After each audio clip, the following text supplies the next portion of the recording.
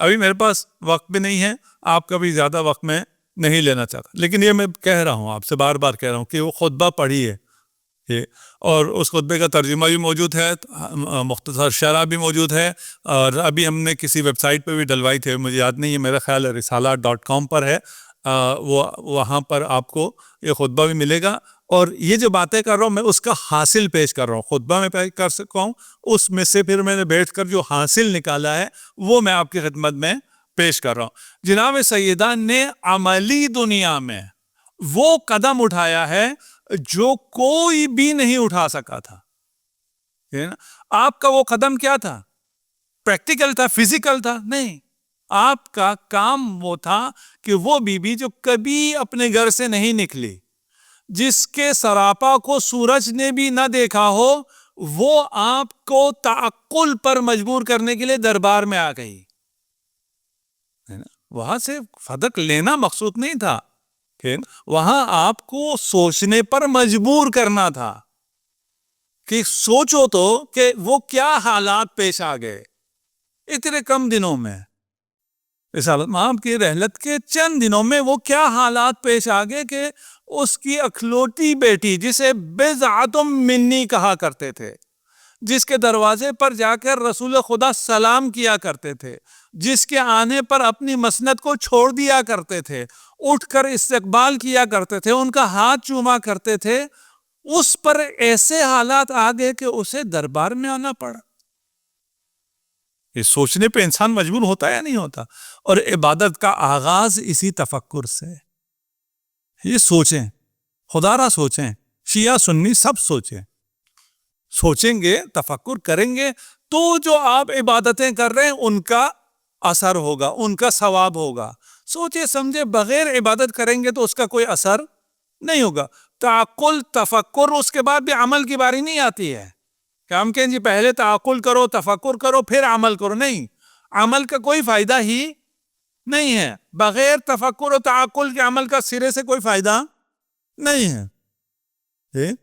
میں ساری باتیں نہیں کر پا رہا ہوں، اس لیے اسی کانٹیکس میں میری بات کو لیجئے گا، ہے نا، کہ عمل کا بغیر تعقل اور تفکر کا فائدہ نہیں ہے۔ ایک طوطے کو آپ نماز رٹا دیں، وہ جتنی بھی نمازیں پڑھے، اس کا فائدہ ہے؟ اس کا کوئی فائدہ نہیں ہے۔ ٹھیک، تعقل اور تفکر کے بعد اگر آپ عمل کرتے ہیں اس کا فائدہ ہے؟ اس کا بھی کوئی فائدہ نہیں ہے۔ کیوں؟ اس سے پہلے کیا چاہیے؟ نیت، ہے نا، عمل نہیں چاہیے۔ اگر نیت خالصانہ نہ ہو، نیت صادقانہ نہ ہو تو عمل کی ضرورت ہی نہیں ہے، عمل نہیں چاہیے۔ چلیں، تعقل بھی ہے، تفکر بھی ہے، نیت بھی صحیح ہے، بہترین عمل کر لیا، عمل قبول ہے؟ اب تو کوئی چیز نہیں رہ گئی نا۔ تعقل بھی ہے، تفکر بھی ہے، نیت بھی صالح ہے، خالص ہے، عمل بھی بالکل بہترین ہے، قبول ہے؟ نہیں ہے۔ کیوں؟ اس لیے کہ اس سے پہلے محبت نہیں ہے۔ سوچے سمجھے بغیر عمل کرتے رہو، زیادہ کام جس نے کر لیا، زیادہ عبادتیں جس نے کر لی، زیادہ قرآن جس نے پڑھ لیا، اسی کی عبادتیں قبول ہے؟ نہیں، قبول نہیں ہے۔ اس سے پہلے بہت کچھ کرنا ہوگا۔ ابھی تو میں بالکل مختصر جا رہا ہوں، ہے نا، ان میں سے ہر نقطے پر ایک مجلس پوری ہے۔ اگر آپ تعقل کریں، تفکر کریں، نیت خالصانہ ہو، محبت ہو، کس سے محبت ہو؟ حب اللہ، اللہ سے محبت ہو، اللہ کی محبت میں نماز پڑھ رہا ہو، اللہ کی محبت میں حج پہ جا رہا ہو، اللہ کی محبت میں زیارت کر رہا ہو۔ اللہ کی محبت کیا ہے؟ فانی فی اللہ ہونا، ہے نا، وہ ہمارے لیے ممکن ہی نہیں ہے۔ اس کے لیے حسین ہونا چاہیے، ہم تو حسین نہیں ہو سکتے، وہ فانی فی اللہ ہے نا۔ اس لیے ہمارے لیے آسان کیا گیا ہے۔ حب اللہ، حقیقت حب اللہ ہی ہے، نہیں کہ اب وہ نہیں چاہیے، لیکن اس کے تقاضے بہت مشکل ہیں۔ اس لیے حب اللہ کیسے حاصل کریں؟ حب اہل بیت سے حب اللہ کو حاصل کرو۔ حب اہل بیت بھی اتنا آسان نہیں ہے، حر بننا پڑے گا، سب کچھ چھوڑ کر شہادت پہ آنا پڑے گا، پھر جا کے حب اہل بیت حاصل ہوگی۔ کیا کریں؟ وہی درجہ جو حب اللہ کا ہے، حب اہل بیت کا ہے، مومنین سے محبت کرنے پہ حاصل ہو جائے گا۔ یہ کرم ہے اس کریم کا ہے۔ اسی خطبے میں جناب زہرا ارشاد فرماتی ہیں صلوات پڑھ محمد علیہ. یہ ساری نعمتیں اسی نے دی ہیں. اسی کی دی ہوئی نعمت سے ہم عبادت کرتے ہیں, تعقل کرتے ہیں, تفکر کرتے ہیں, نیت کرتے ہیں, عمل کرتے ہیں. سب کیسے کرتے ہیں؟ اسی کی دی ہوئی نعمت سے. اس کی دی ہوئی نعمت سے جو عبادت کی ہے, اس عبادت سے اس کی دی ہوئی نعمت کا شکر ادا نہیں ہو سکتا, لیکن وہ کتنا کریم ہے کہ اس عبادت پر شکر بھی تسلیم کر لیتا ہے اور مزید ثواب بھی دے دیتا ہے. مزید ثواب تو بنتا ہی نہیں تھا نا. نماز پڑھنے کا کیا ثواب بنتا تھا؟ جو پچھلا دیا ہوا ہے اس کا شکر بھی ہماری نماز سے ادا نہیں ہوتا تھا. یہ ان کا کرم ہے. یہ کرم ہے خدا کا کہ آپ کو اپنی محبت کی جگہ اہل بیت کی محبت, اہل بیت کی محبت ہے یا نہیں ہے کہاں سے پتہ چلے گا؟ اگر آپ اپنے مومن برادر سے محبت کرتے ہیں یا نہیں کرتے ہیں نا. آپ کا مومن بھائی پریشانی میں ہو, آپ کو کوئی فکر نہ ہو, اور آپ اہل بیت سے محبت کرتے ہو, اہل بیت آپ کی محبت کو قبول. اب میں یہ نہیں کہہ سکتا, البتہ وہ کریم ہے, ٹھیک ہے نا, یہ دعویٰ میں نہیں کر سکتا, بہت سخت مشکل ہے, لیکن ہم اپنے تو یہ تو کہہ سکتے ہیں کہ اس محبت کا حق ادا نہیں کر سکتے تھے. اس میں جو ہو سکتا تھا وہ تو ہم نے کیا ہے. اب اگر نماز میں آتے ہیں, مجلس میں آتے ہیں, اور کوئی صاحب ایسا ہے جس کی وجہ سے آپ کو کراہت ہو, رسول خدا خطبہ دے رہے تھے, ایک امیر صحابی بیٹھے تھے, ایک غریب صحابی آیا.